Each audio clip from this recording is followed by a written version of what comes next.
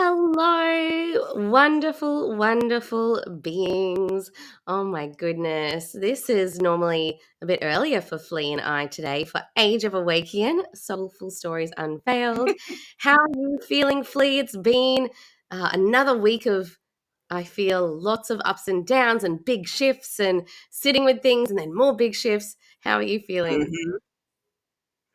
Absolutely. I had a bit of a crazy day yesterday. Once again, things not wanting to work. We love the tech and all of the glitches, but it was actually Mercury going into retrograde again yesterday, throwing out the spanners, but also bringing in the really dramatic Leo energy. So just be aware for those people that are out there, if you're feeling a little bit more feisty and maybe, the temper's a little out there and not as controllable, or you're just wanting to be like really silly, playful, just over the top. This is what happened to me, and I was just like, I just need people to start being silly for me so that I have that permission within myself to be silly, because I am a Leo baby. This is my birth month, and I'm like, okay, yes, this is what I'm needing and seeking without even realizing it. The little synchronicity popped through last night afterwards, and it's like, of course it is. I want to be dramatic. I wanna be out the top, I wanna be imaginative and creative and all things that aren't stagnant and boring. Oh, I love that. And, I was in a school yesterday and, we had a little bit of play. I got into my crafty side. Like, for the last period of the day, ended up like coloring in this flame and like cutting it all out. And then I went and danced and we did some hip hop and then some silly dancing where we were like sticking our tongues out and running around, sticking our butts out. And it was so much fun. But my body and my mind was a little bit drained after the big day. But I love this energy because our next beautiful guest, Anna Imagination, it's in her name, is somebody I met through another beautiful group. And actually, with this theatrical, dramatic air, we started talking about theatre and Greek philosophy and all of these cool things. And beautiful Anna is a societal scientist and solutionist, an ontological physicist, and a philosopher bard. A She's philosopher found her way bard. all the parts, and she's this holistic view is what she wants to bring more to the world. And she is a massive leader in her field and grew up outside the system. So with 30 years plus in the ancient Greek educational system, which I love, the ancient University of Alexandria, and which is her alma mater, and coming back into Plato, Sophocles, all of the greats, and bringing that ancient wisdom into the modern day. And I'm so excited that we get to dive in. Anna, welcome. How are you? Oh, I am phenomenal. As soon as you went live, I felt it and I went, oh, there's the energy. I'm good. I'm good. I'm fantastic. I did not know that Mercury was in retrograde. For me, I'm a chakra stone. So when I get Mercury in retrograde, I go, yay, a shower. And it just cleanses. And I'm like, I feel purified afterwards. I love it. It's like my favorite time of the year. All of them. Amazing. And you're joining us all the way from New York, and super, super warm where you are, and we're here in winter in Australia, and we're so excited to have you. And so, That's really different from where I am. Yeah, we're at one of the hottest peaks. We've had heat. It's bad. It's bad. Like we have air conditioners cranking and it's still sweltering here. So, and I'm right on the beach. So it's different. oh, I like it. I like the sound of that, actually. I'm here like rugged up and got blankets. I'm coming to you. Let's swap. Yeah, Actually, definitely. we'll balance it out with the Yes. equilibrium, like a 50-50. And that'll like, yeah, that won't Oh. mess up the earth. Oh gosh, but we're here to balance and harmonize. But I love this piece around like growing up outside the system, Anna. Yeah. We'd love to find out a little bit more about like, your childhood, how you grew up. Yeah, let us My hear more about that. my childhood is not pleasant. I was a domesticated slave for 40 years, and my mind was preserved. It was, and there's no other way to put it. My mind was totally, completely preserved. By 4, I saw something so horrific, I do not talk about it. And I made a wish, and the wish came true. And it was a combination of I wish I could fix it. I wish I could stop it. And I wish I could be removed from it. And it did something to my brain where it put it in a bubble. So I grew up inside the abstract from that point on. I could see physics, I could see math, I could see this gorgeous chain reaction of dominoes. And I learned by the time I was 5 and 6, I could pick them up and move them wherever I wanted. By the time I was 12, I'd figured out that I could manifest, and whatever I wanted, I got. I would walk through the stores and just be like, I want this, I want this, I want this, I want this. And I learned also by the time I was 12 that words matter and you have to be careful what you say because you are going to get it. And it was, the concept of there's the box, get in the box, and everyone goes inside the box. I did not. I did not. I paid the price for it, but I did Mm. not go inside the box. So there was never this is the way we do things. That was never in my head. It was always standing on the outside going, what's wrong with you? Like really, like I would sit in church and they would tell me stuff and I'd be like, that's illogical, right?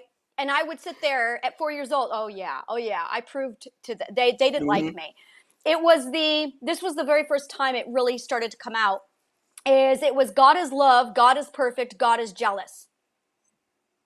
And I went, there's the logical fallacy there. And then they did the whole God is omniscient, all knowing, and he knows everything about everything. Now this is what heaven is. And they showed me pictures of gold trees, gold fruit. And I'm like, okay, God doesn't know anything about me because I hate gold. So what are you doing? And that got me into a lot of trouble. By the time I was 8, I was analyzing all religions and mythology, and I was arguing on behalf of Buddhism, and that got me in trouble. And things just declined there. And I was in a white supremacist society without realizing we were in a white supremacist society. I was born for breeding, I was trained for breeding, and by the time I was 15, I had 2 different owners. And I was prepped for trafficking. I was raped on 9/11. It was used as a punishment. I had 2 husbands at one point, and not at the same time, but the husbands felt exactly like my slave owners. I wore chains, was locked in a room, tortured for 6 months. There isn't a type of abuse I did not endure or see. And I developed an addiction to education. At 12 years old, I realized I'd caught my teachers in 3 logical fallacies. And I went, okay, you're not qualified to teach me. I fire you. So I fired them from my education. And then I took up my encyclopedia set and I analyzed education in the entire world through all of mankind. And I wanted to know who was the greatest teacher of ever.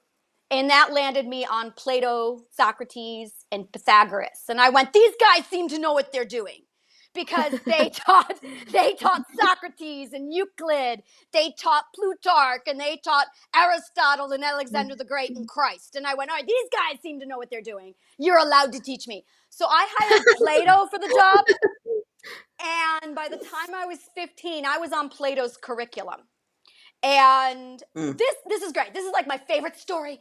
So while I'm watching this is mind you 1995, right? This is the year that the United States government decides to cut art from the curriculum. Mm. And this is the same year that Clinton is sitting there on television going, I did not have sex with that woman. And I'm looking at it going, these are the people in charge of my education? No. So I decided that they were not qualified to teach me. So I supplemented my education with the ancient Greek educational system, and I found Plato's curriculum, and I followed it to the letter. Within 6 months, I found a little switch in the brain that turns the brain on, and you become a super genius. And then I took an IQ test, and my IQ was higher than Einstein's at 15. And I found out the creation formula, which is the evolution formula. It's the same thing. And I found out how to make myself smarter. So I did. And it's a science thing. We use ourselves as lab rats. And I thought, I just need to get smarter than my abusers. So I became addicted to education to try and outsmart my abusers. It didn't work. It did not work. And my mental illness became worse, so that by the time I was 20, 9/11 occurred, and I was done for the count. I completely withdrew, continued my studies. I studied psychology, business, philosophy, Pythagorean psychology, economics, every subject you can think of, I studied it. And it was, I started to do things where I was literally inventing my own discovering my own academic disciplines and pulling them, reverse engineering my own intuition out of Mother Nature, and it still wasn't good enough. In 2020, by that point, I had 3 children. I had gone through abortion. I had gone through IVF breeding. And when I was too old to breed, my then husband threw me out. And that was in 2020. So I'd already done 6 extractions at that point, and I knew the psychology of an extraction, that if you really want to get away from an extraction, you've got to do something I call radical diversification. It means do the exact opposite in extreme. And that trains your subconscious mind to immediately go, whoa, this is new, quick, let's problem solve. And this is the problem. Everyone pay attention. This is it right here. If you are stuck in something, your subconscious mind is in a loop where it doesn't understand what to do. And it's in a rut. It's literally in an habitual rut. So you have to do something so weird and opposite and drastic that your subconscious mind snaps out of it and goes, okay, this is something new. Quick, compute.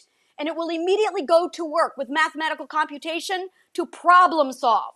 Now, after it settles back down, do it again. And then do it again. This is called mental diversification. So I started to do this on purpose to my brain.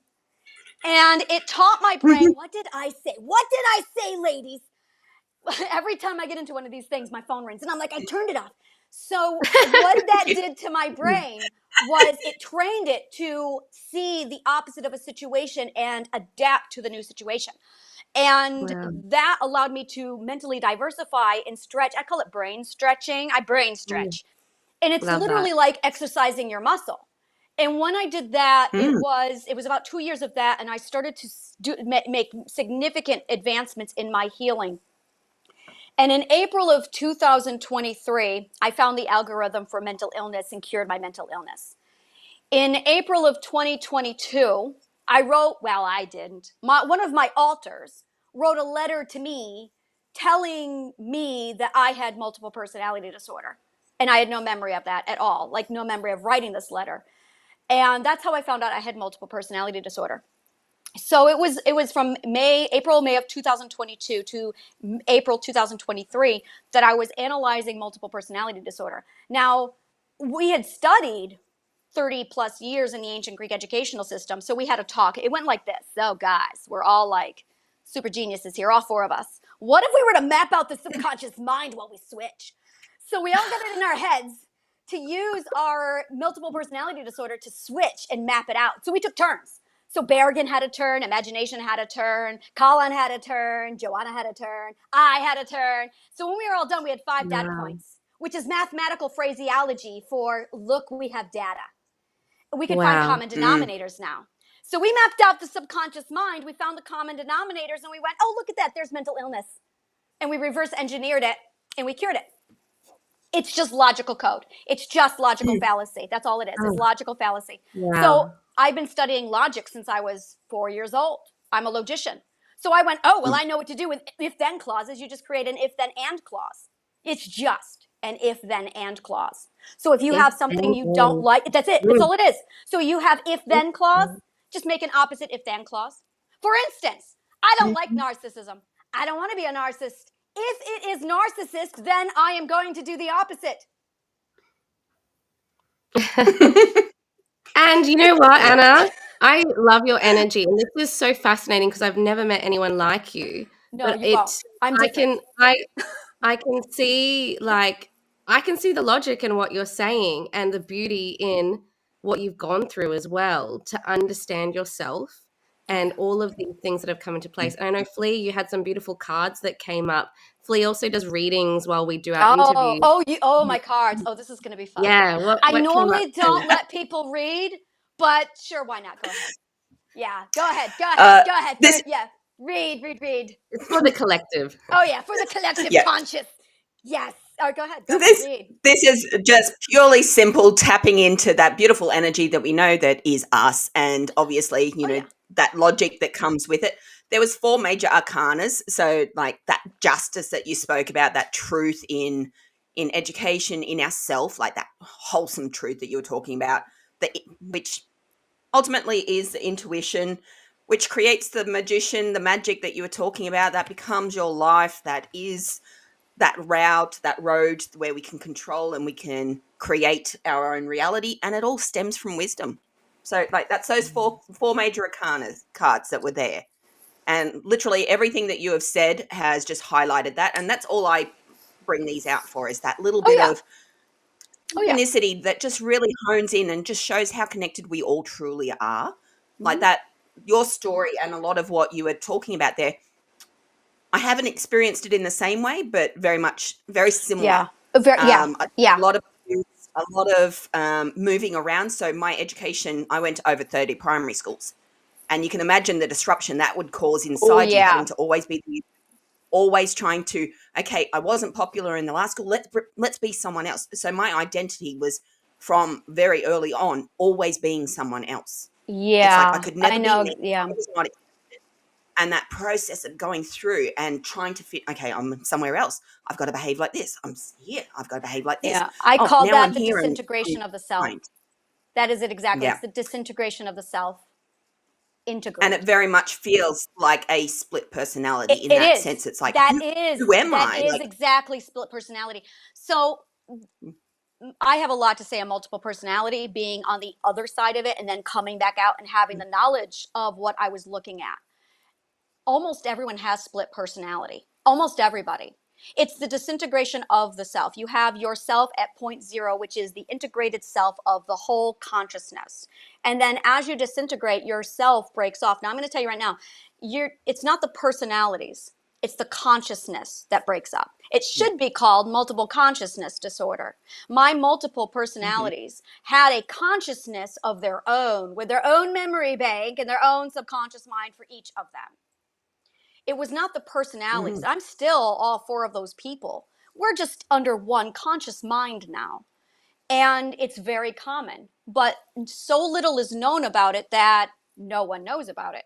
So when I got back and I started talking to people and translating what they were saying, I'm a subconscious mind whisperer. I had to be. And when I started to talk to people about their experience, they were describing multiple personality disorder without them realizing it. The multiple voices you hear in your head, that's you. Those are you. And it's understanding to know. It's knowing when you're talking to you, when one of your personalities, not your personalities, let's stop calling them that. They're people. They're people. You have 5 parts of your mental system. You have your intuition, your identity. That's our inner child. Mine's 5. I got 5. So you have your inner child. Mine's 5. How old is yours? How old is yours? 8. 8? Yours is 8? How old is yours? And mine's 6. I'm 6. Yours is 6? I'm 5. So this is great. All right then. So you have our inner child. This is your identity. She's in charge of your REM sleep. She's the one who's like, I want ponies. Yeah, well, that's her, all right. And she can be whatever gender she wants to be. She's I want ponies. That's I got straws and milk. Like, oh yeah, that's mine. And that's the inner child. So that's your identity. That is where dreams come from. That's where you're in. That's where everything you want comes from. That's pure love. You have your intuition. You have your self-preservation system. And that's also your defense system. Your self-preservation is stage 1. Your defense system is stage 2. That's where anger comes from. That's pure love. And yeah, that's right. Anger is pure love. People deal with it. It's called self-love. And then you have also, and then you have your logical code. That's your subconscious mind. That's your logic. And did I get everybody? No, conscious awareness. So conscious awareness is supposed to be in charge of this shindig. But conscious awareness was not educated. Thanks, government. So the conscious awareness is not aware of any of this crap. So conscious awareness is usually on the ship. I love ship metaphors. It's usually on the ship, and you're in the back of the ship, sucking your thumb, rocking back and forth, going, it's going to be okay. It's going to be okay. It's going to be okay. And while you're doing that, the subconscious mind is like, I'm in charge. Quick, throw identity in the brig. And identity gets thrown in the brig because the self-preservation system, due to trauma, immediately learns that identity is the problem because identity is the one that's being abused, which is why you started to split and divide yourself. It's because all the abuse that you underwent from all of that transitioning was blamed on poor little 8-year-old identity. And now the subconscious mind is going, oh, well, she must be the problem. So instead of recognizing the true problem, which is the illogical fallacy being shoved into your head, it's blaming your identity, and your identity is breaking off into pieces for self-preservation purposes. To be honest with you, it's pure love. It is absolutely one of the most beautiful moments of pure love, of self-love. You love yourself that much. And the integration, when you bring them back together, were you able to reconciliate with yourself?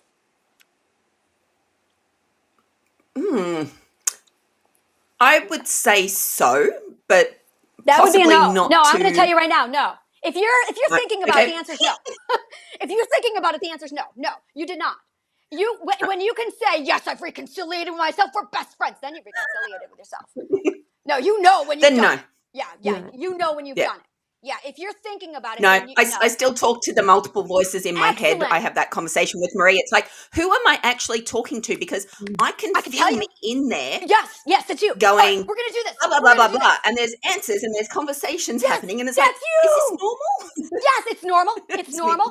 And I'm going to tell you right now, I have talked to okay, so I have a problem. I'm a scientist. So this is how I found out I'm a scientist. I like to collect data. I'll go out into New York City. Here's why I live in New York. I'll walk around Manhattan and I'll just sit down anywhere and I'll talk to everybody. People watching is a real thing here. I don't just people watch. I interview them. Hey, I'm doing some research. You want to help me? Everyone's like, whoa, cool, research? What do you do? I'm a scientist. What are you studying? I'm studying the subconscious mind. You want to ask them some questions for me? Yeah! Just because they want to be part of the research. It's real fun. So I have asked over 200 people these questions. 100% gave me the same answer. In mathematics, we call that a constant. So this is what I got from over 200 people. Yes, they are you. Every one of them is sentient. Every one of them is a part of you. They represent a part of you. They are people. Treat them with respect. Start talking to them. Say hello. They are the ones who own your emotions. The emotions you feel belong to them.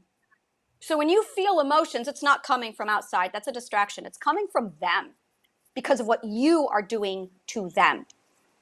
So no, you haven't reconciled. It's all about you and them. When you feel rejected, that's because you rejected your subconscious mind. I'm very Brooklyn blunt here, and this is going to get real like, this is the truth. When you reject yourself, you feel, the self feels rejected. When you feel abandoned, that's because you abandon the self. Every time you split a piece of yourself off, every time your subconscious mind did that, you, the conscious awareness, did not pull the subconscious mind back and say, please come back to me. In addition to that, every time your identity was crammed down lower into the level of your subconscious mind, you did not go back in for that identity and take her back out again. And your identity feels that loss, feels that rejection. People are walking around going, I don't know who I am. You're your identity. Go reconcile. Go talk to her. And when we mapped out the subconscious mind, there were 5 levels. Now there's the skeleton, which is consistent. That's a constant. But the decor is going to be personal. This is where your opinion comes in and you decorate it to make it look your way. So I'm going to tell you what the skeleton is. And I'm going to tell you what it looks like for me, but it might look different for you. So the first level of the subconscious mind is where all that conversation takes place. And that's where all that conversation, that's where it's noisy. That's your first level of the conscious mind. That's your cognitive core. The second level is where the mind maze is. For me, it's a memory maze. For me, it's a long labyrinth filled with, the deeper into the labyrinth you go, the more shrubbery and grass and everything there is grown over. And there are doors in my labyrinth that lead down and open up into each and every one of these areas. Now, I've talked to some people and they say, yes, memory maze, yes, but for them it's boxes. Other people's it's barrels. And also for me, everything is pure stainless steel. It's black stainless steel in my mind. So that might be different for you, but there is still a memory maze. Third level down, you're going to have the core of the self. This is where identity lives. This is the cognitive core. The cognitive core is a lot. We're going to set that aside. In this room, there is a door in the back called the fourth level of the subconscious mind, which is the closet. This is the proverbial closet of the subconscious mind where it puts all the skeletons. That's where I lived for 32 years when I had multiple personality disorder, in that closet.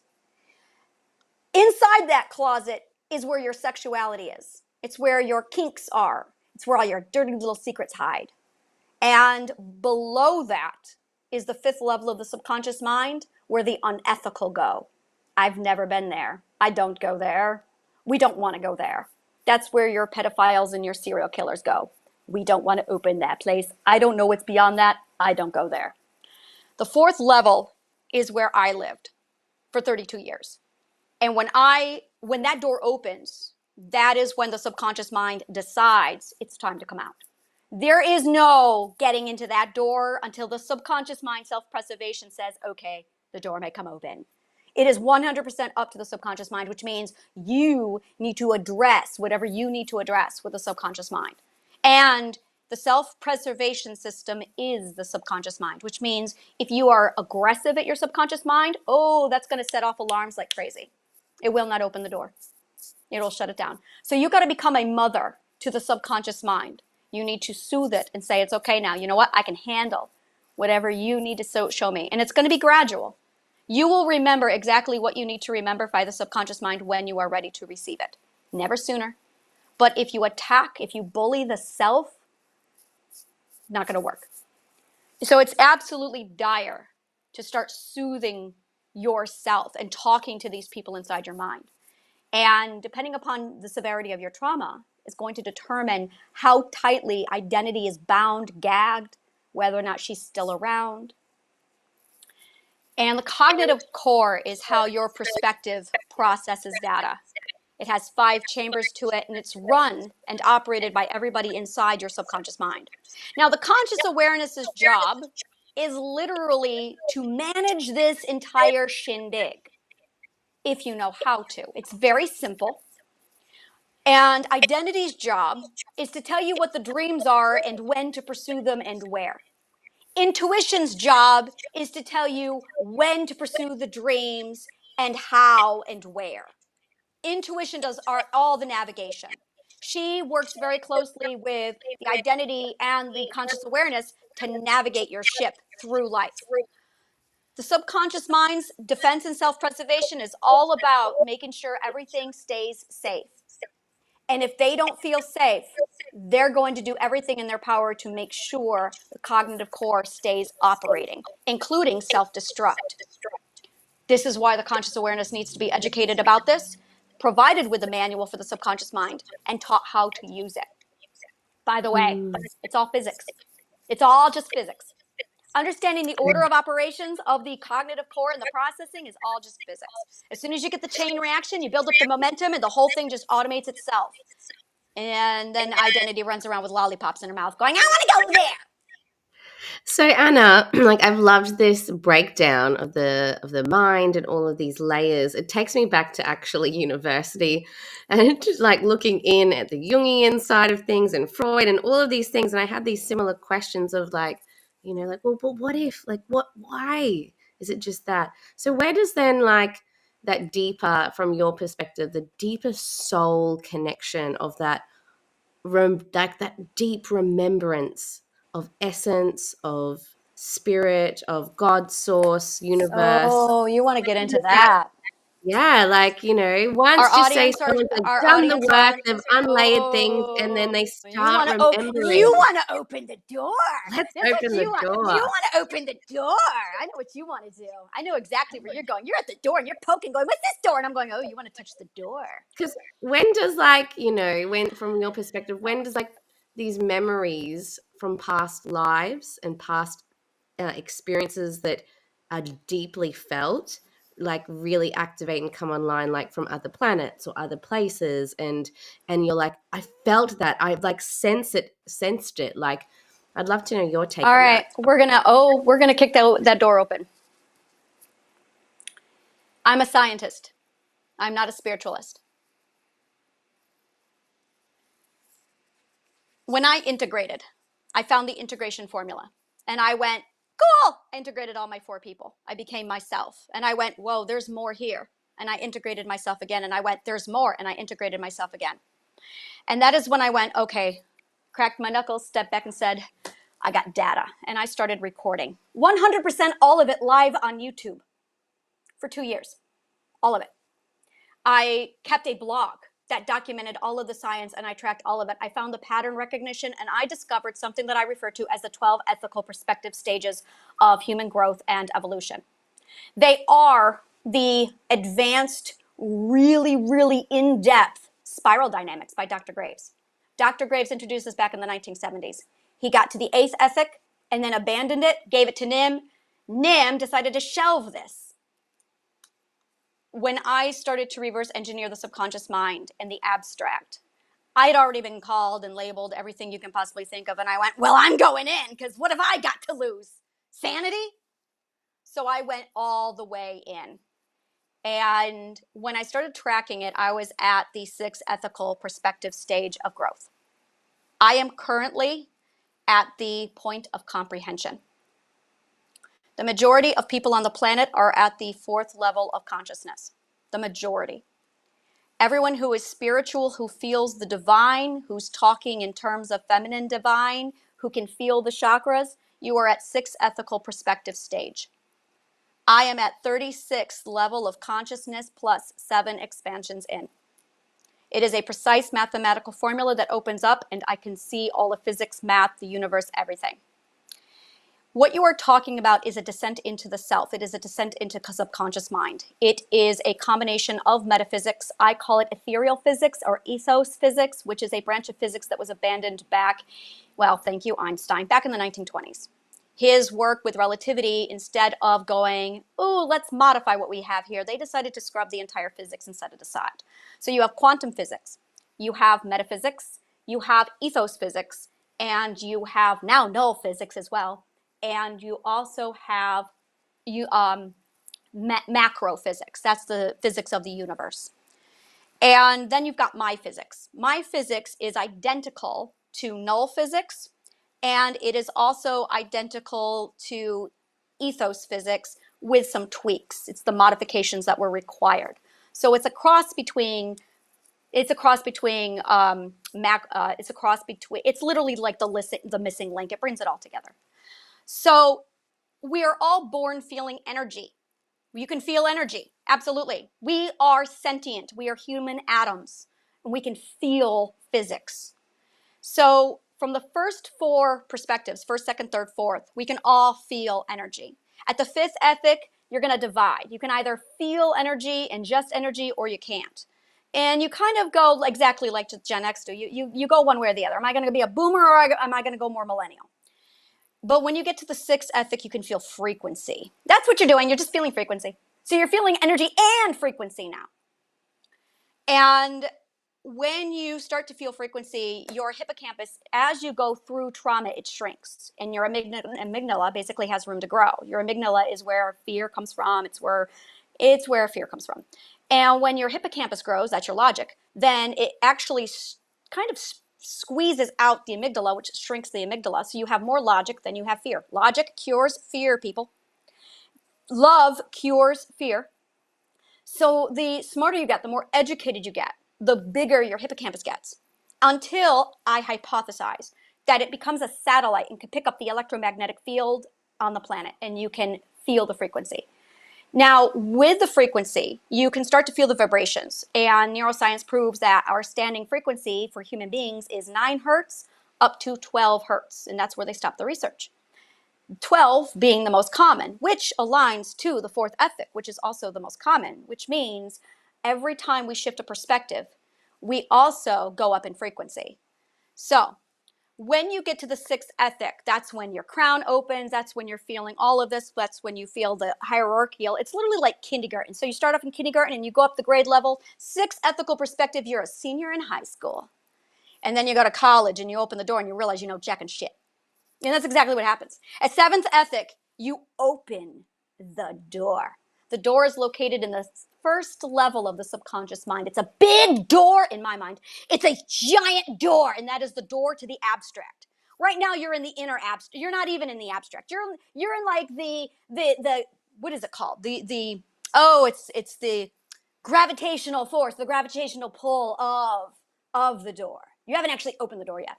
So when you open the door, it's when the entire hierarchy comes crashing down. You realize you're actually in domed rooms and there is no hierarchy. You're all on equal footing and you know absolutely nothing.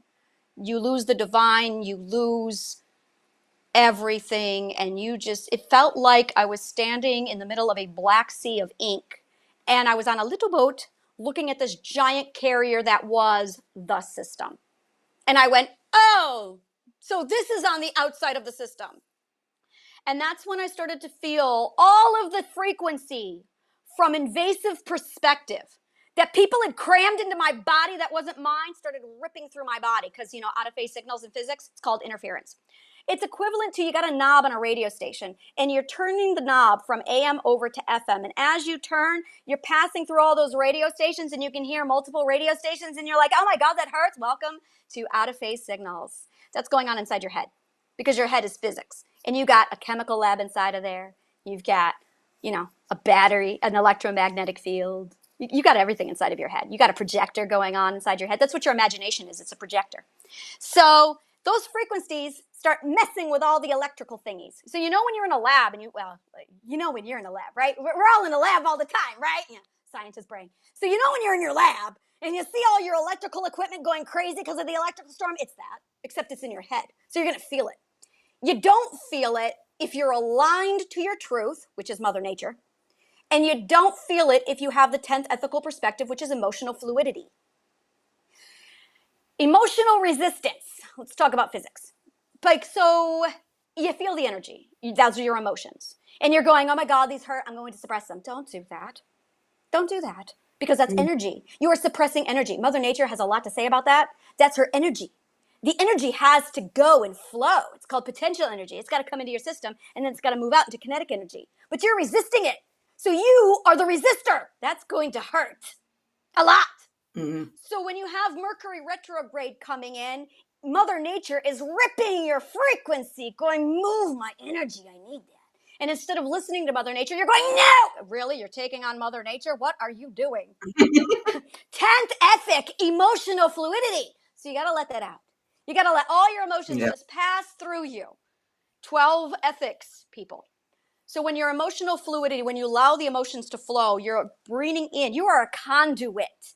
That's battery talk. For you are a battery, and the energy is pouring into you, and it's got to be pouring out. It's called strategic deliberation with positive action. So what you want to do is you want to think of something real positive like save the planet. And then you take all of that potential energy and you pour it into a project. Or you get identity. And you say, come on, identity, let's go save the planet. And you pour it into a dream or an idea. And when you do that, you transfer your emotional potential energy into kinetic energy into action. Like strategically doing something to help the planet and other people. Now, this is the best part. Emotional energy can come into you via negative or positive. 50% of all negative energy can be converted to positive energy. 100% of positive energy gets converted over to positive energy, which means eventually there will be no negative energy on this planet.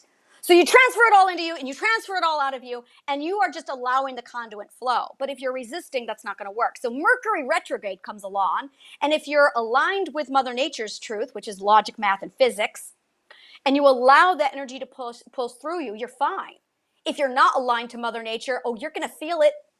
Which is why I love Mercury retrograde. It's because when retrograde comes, it's like this massive whoosh, and I just stand by and she just rips right through me and I'm like, yay, and I can feel it, emotional fluidity. So when you open this door and you start to walk through it, you're actually descending into the self.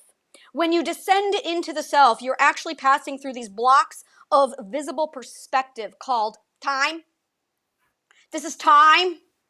It's a location in the abstract called visible perspective. This is time, not the clock. That doesn't make any sense to me. You're in time now. Now you're in a dimension.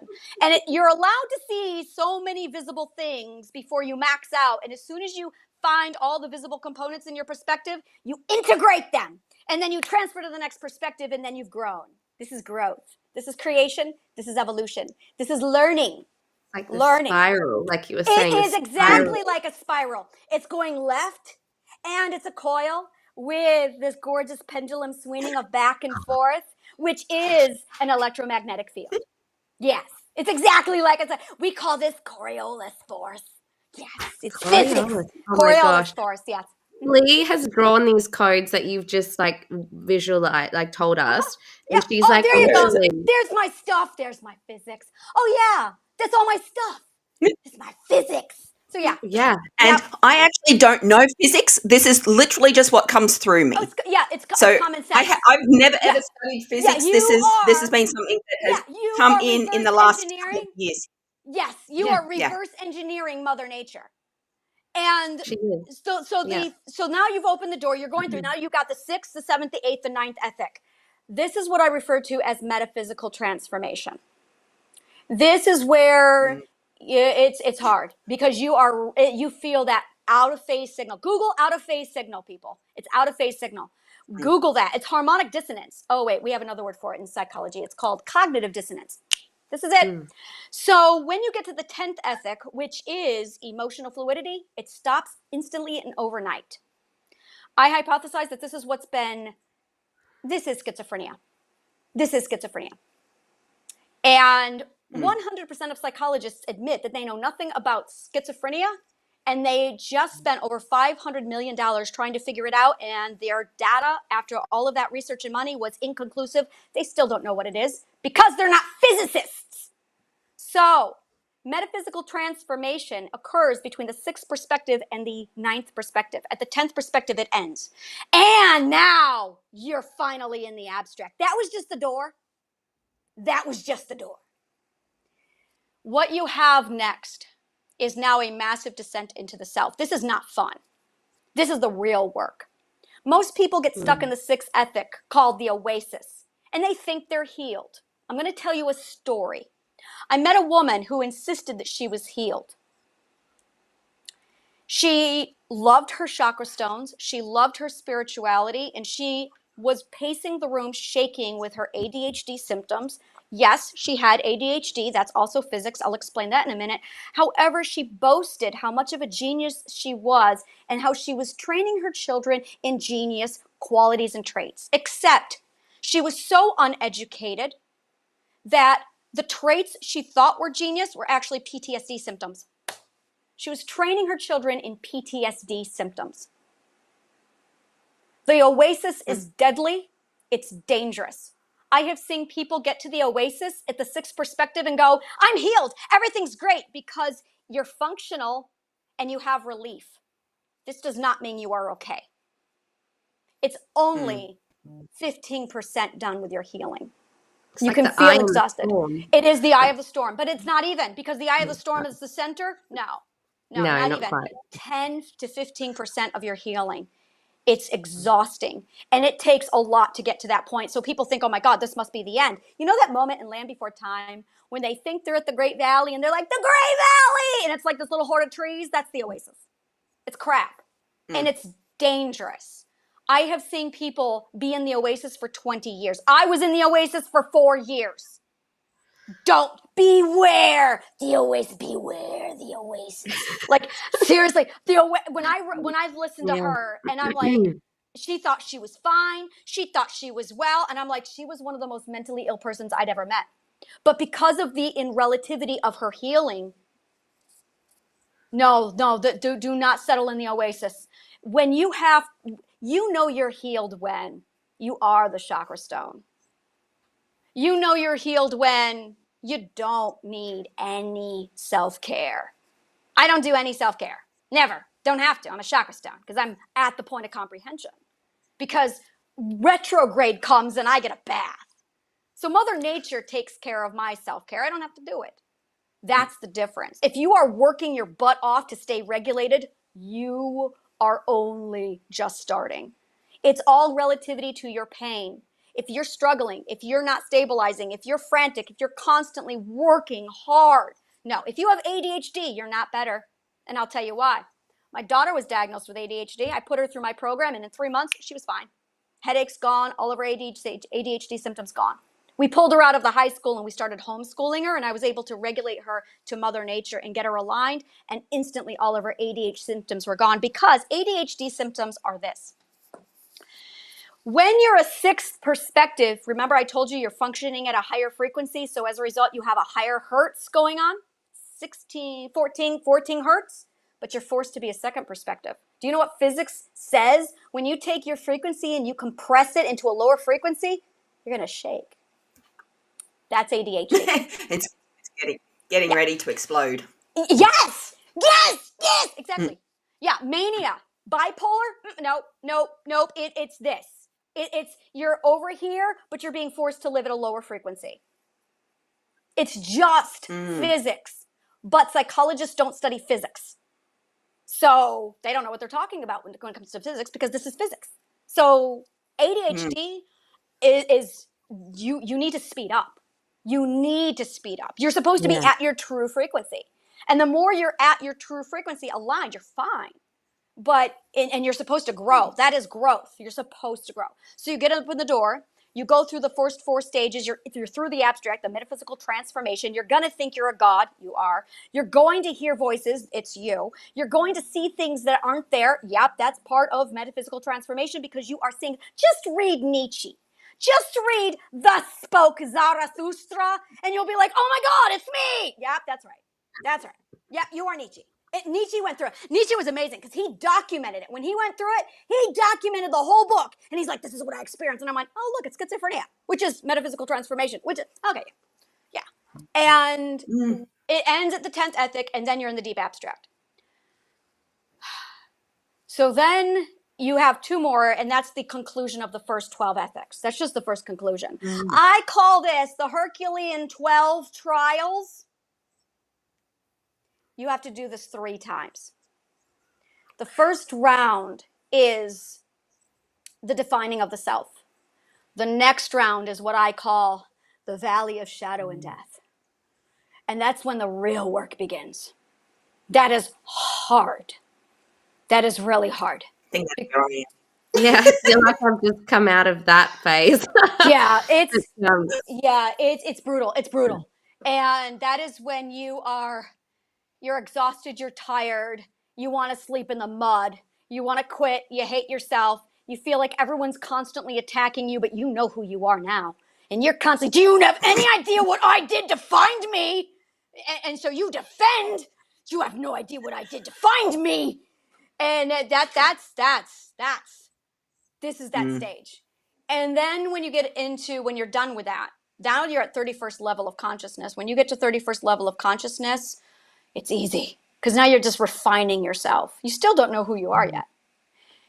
When you get to the point of comprehension, you find your energy name. That's what you're doing. You're looking for your energy name. Your energy has a name. Energy neither cannot be created or destroyed. It's immortal. It's ancient, and it's sentient. What is the name of your energy? Who is inside of you? That's who you are. You are a vessel holding somebody else, and that somebody else is ancient, immortal, and powerful, and has been inside of you for all eternity, for this lifetime and the last.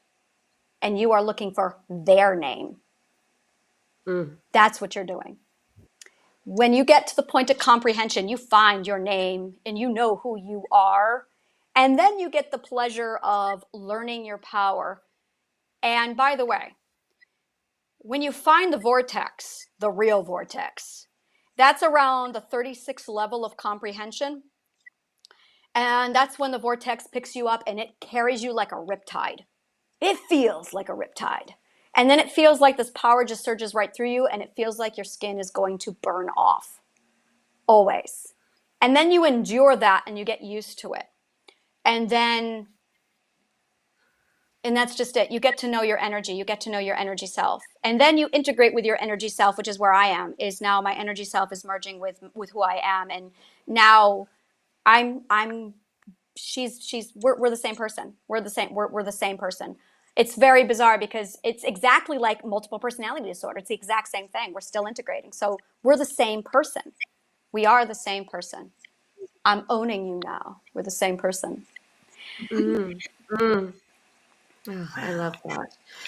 Oh, there's so much in that, Anna, and There's a lot.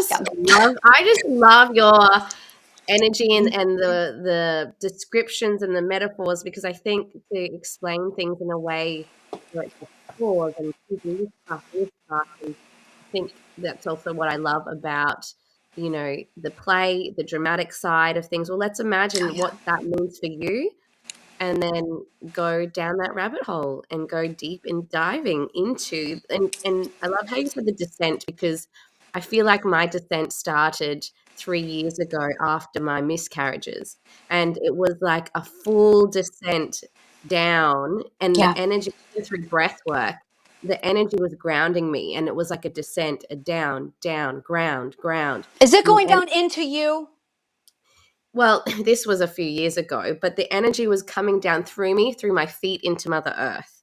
And it was like a full like realignment, and it was like an electricity type of feeling. And that lasted for about half an hour of recalibration. And it was like a ground, ground, ground. And I had to, in that process, really anchor it. And that shifted my whole trajectory of questioning more of myself and my experiences, and then shifting a whole heap of different things, and remembering and balancing again that part of myself that um, was so heavily in my masculine, because being a teacher, being a mum, all the things, right? Go, go, go, got to do this. And then I never really rested. And so it was a lot of that was like, okay, I got to reharmonize and come back. And then a lot of it was like a deep soul searching and a lot of identity shedding and surrendering and releasing of the teacher self, which again has I come don't back. understand the language. I'm sorry. This is where I grew up outside of the system. So when I Yeah. hear masculine, feminine, I don't understand those words. Energy doesn't have a gender.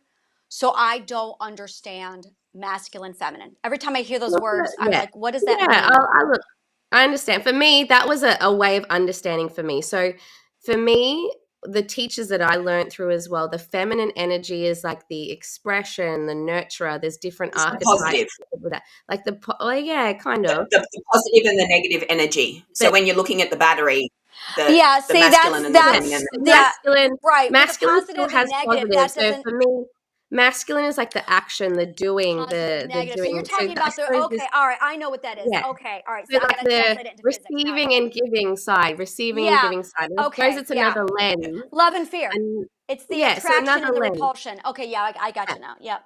Okay. Yeah. And so, but also with the masculine side of things, it's the action, the doing. And so it's like receiving and giving is another way. So that lens of understanding myself was a big part of my lessons into the descent, into actually grounding all of this energy back into the body, back into those Oh, pieces I that you see. said Okay, about yeah. self-love. Mm-hmm. Um, and yeah, and so it was interesting because my heritage is Filipino as well. So in coming back into the feminine and rebalancing, there was a whole heap of memory and awakening experiences Oh, I linking back understand. Oh, I to my understand. Okay, click, lineage. click, click. Yep, it all makes sense now. Okay. Yeah, and so, Mm-hmm. All like, right. a lot of my grandmother wisdom came through. I saw, like, a lot of the priestess wisdom, all of, like, the lineage pieces. So, like, when we think about also epigenetics and, like, our DNA holding up to, and it can hold more, but, the science says 7 generations from your mother's lineage, 7 generations from your father's lineage that then integrate into your DNA, which then you get to shift, alchemize, bring back into harmony.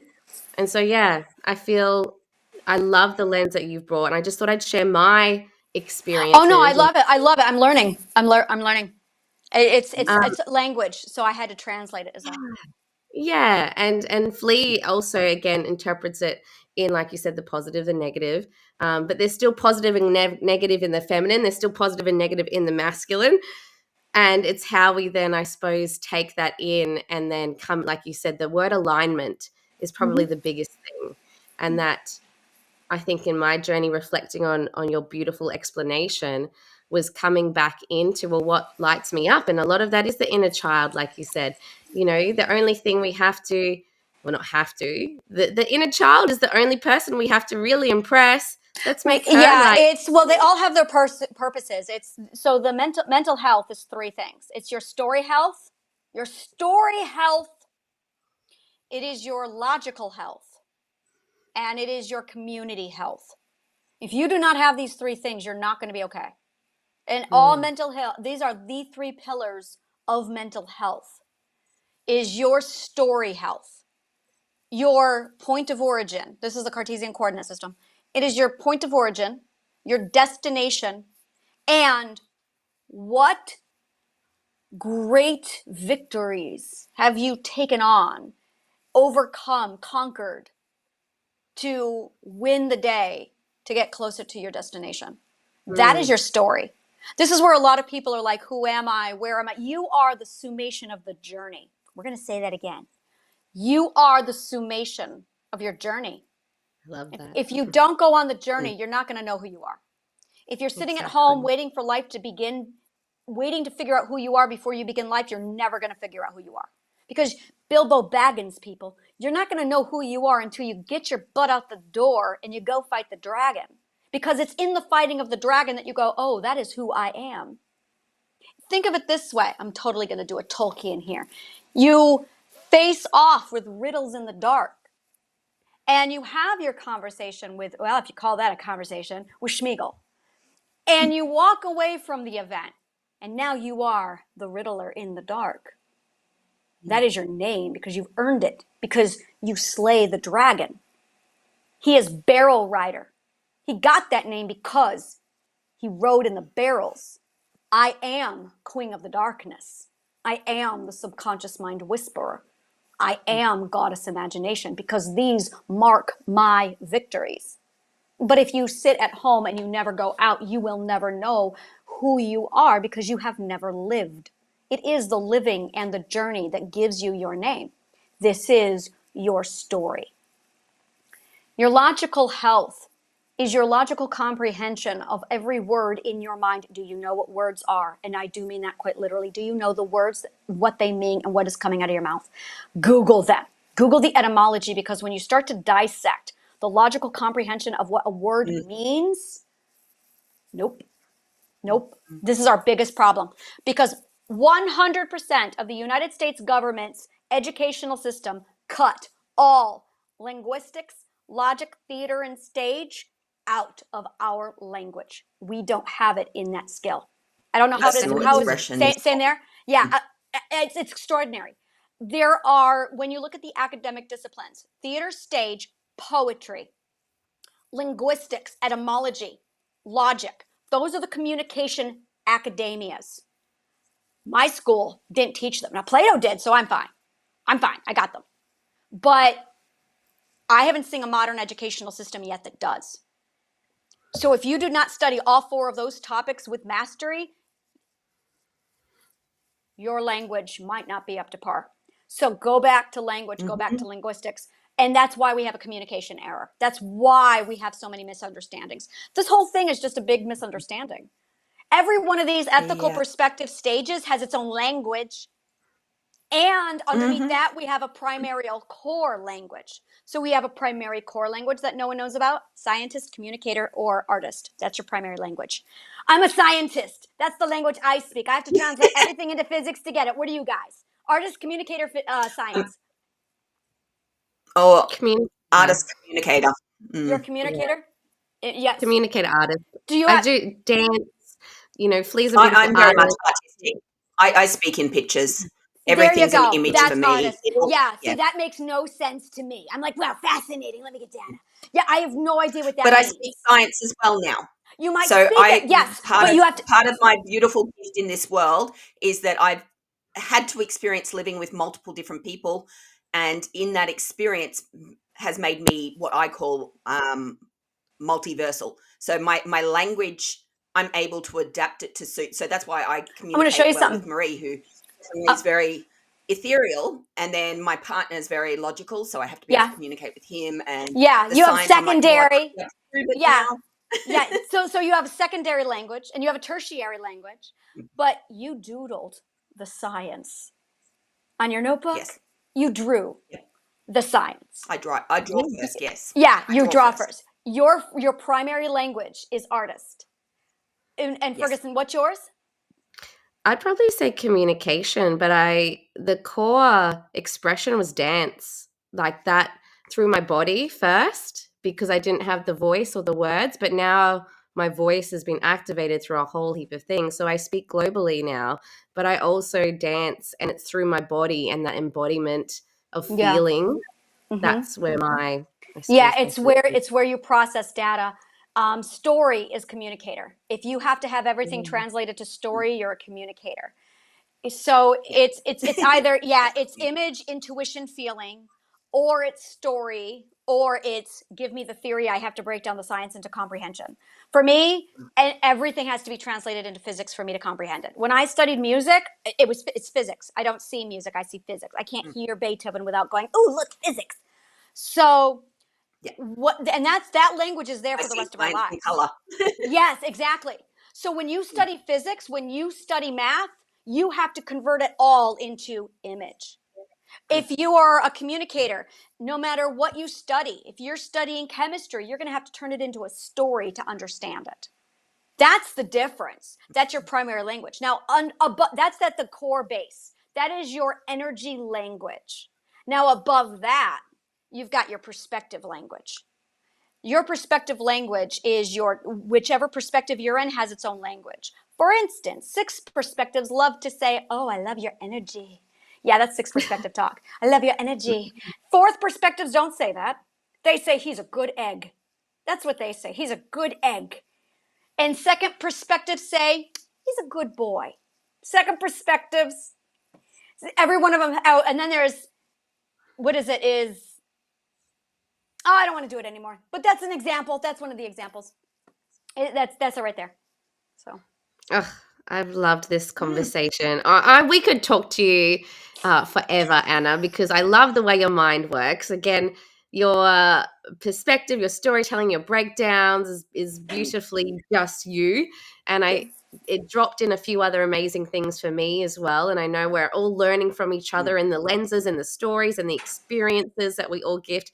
And this is why Flea and I love this podcast and storytelling and talking to people and unveiling more, because those that are listening in, you may have had something drop in for you. So Anna, how can people find you? that's a really good question. I'm on a ship and I'm all over the place. Just Google my name. No, okay, you can Google my name. I'm all over the place. I am on WhatsApp. That's really where I am at my core. But probably my website would be the easiest, which is annashealinggarden.org. annashealinggarden.org or annaimagination.com. Real easy, right? So I'll plug this in here. Anna's Healing Garden. La la la la la. Amazing. And I I'm think gonna sing for you. Flea's popped it Did I get underneath it? your name as well. Yeah, I'm doing it. There we go. Did I get it right under your name there? Yes. All right, and I'm gonna sing a song. So it's, "I'm Good. lonely, I'm lost, I'm cold, and I'm broken. We've been silent for too long. We all have forgotten who we used to be, who we are. We are all laughing. Inside we are crying. Outside we are laughing, inside we are dying. These aren't just words, this is not a song. It's a message I've been trying to get to you. It's a message I'm longing to get to you. It's time to come out now. It's safe to be seen. It's safe to come out now. It's time to remember who you are, what you are. Because we're lonely, we're lost, we're cold, and we're broken. We've been quiet for too long. It's time to remember who you are, what you are.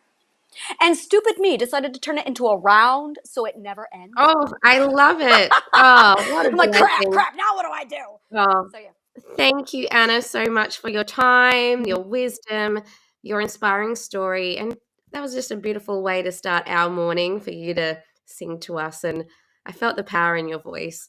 Thank you. Oh, it's amazing. Flea, any final thoughts before we've got another beautiful meeting coming up? Oh, if I mention my final thoughts, I don't think we'll be stopping. So I'm going to Oh, but just I go, want that was them! just Okay. amazing. We're going to have to talk to you again, Anna. Yes. Oh, beautiful. Thank you, everybody. And I'm sure we'll definitely be chatting with you soon. We'll get Flea into that group as well. Oh, yes, All right, definitely. lovely. Come to Pando. Yes. All right, folks. And we'll see you guys soon. And check out www.awæcnianacademy.com for more exciting events coming up soon. Bye, everybody. Hi, thank you. Bye, guys.